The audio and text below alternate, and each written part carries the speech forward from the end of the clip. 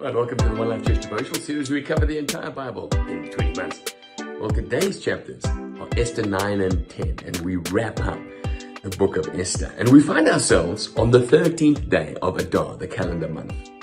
Now, what happened on this day is that the Jews in all 127 provinces defended themselves against their enemies because they had this decree. They had it in writing. The king says, when you attacked, you can defend your property and defend your lives. And over a couple of days, they exacted an incredible victory. Thousands, literally tens of thousands of their enemies were killed on this 13th day of Adar. And so that became a precious day to them. And from that day, they started celebrating the Feast of Purim. Now you think, well, why do they call it Feast of Purim? Because it's interesting.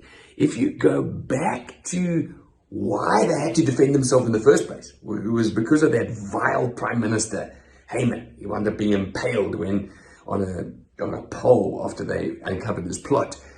But he managed to convince the king that a genocide, a cleansing of the land of these Israelites was a good idea. And he did it by throwing a dice. It was the act of throwing the dice was called Pur. And as he threw the dice, Pur chose the 13th day of Adar. And so they used the word Purim as the name of their celebration. So it's still Jews to today. You ask them, what's the Feast of Purim? They will say, those were 2 days that the Jews defended themselves from their enemies. And so, when we look at this book now, it's come to an end.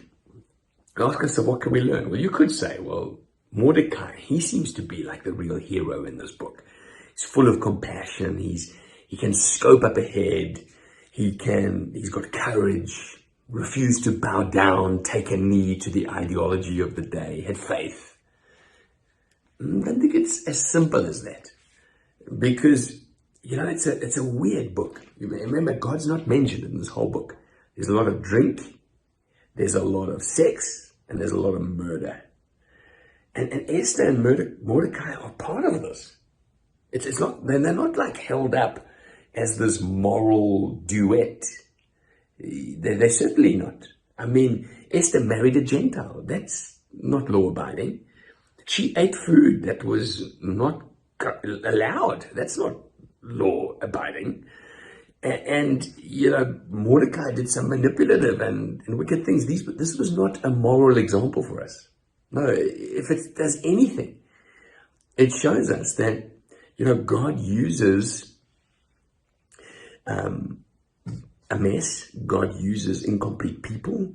And God's at work, even when it looks like he's not. Even it looks like when people have abandoned him and people have turned their back on God, he's still at work. That's one of the big messages in this book, that God, you can still trust him, even though the circumstances look like they're not pointing in that direction.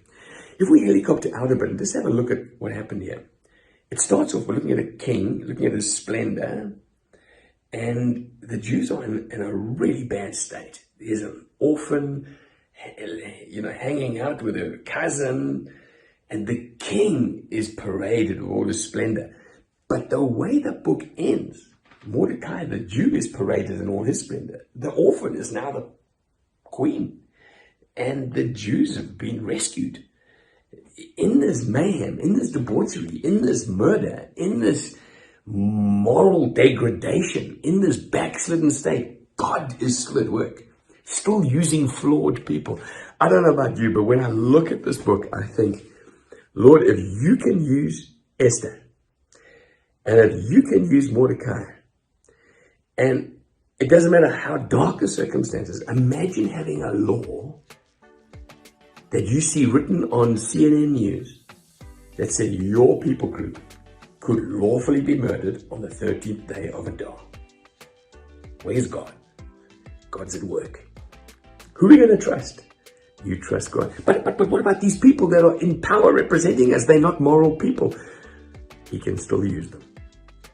It's an incredibly challenging book as you look at God working behind the scenes. And it's a beautiful picture as we look through the mist and the murkiness of our day and age, that God Almighty is supremely in command.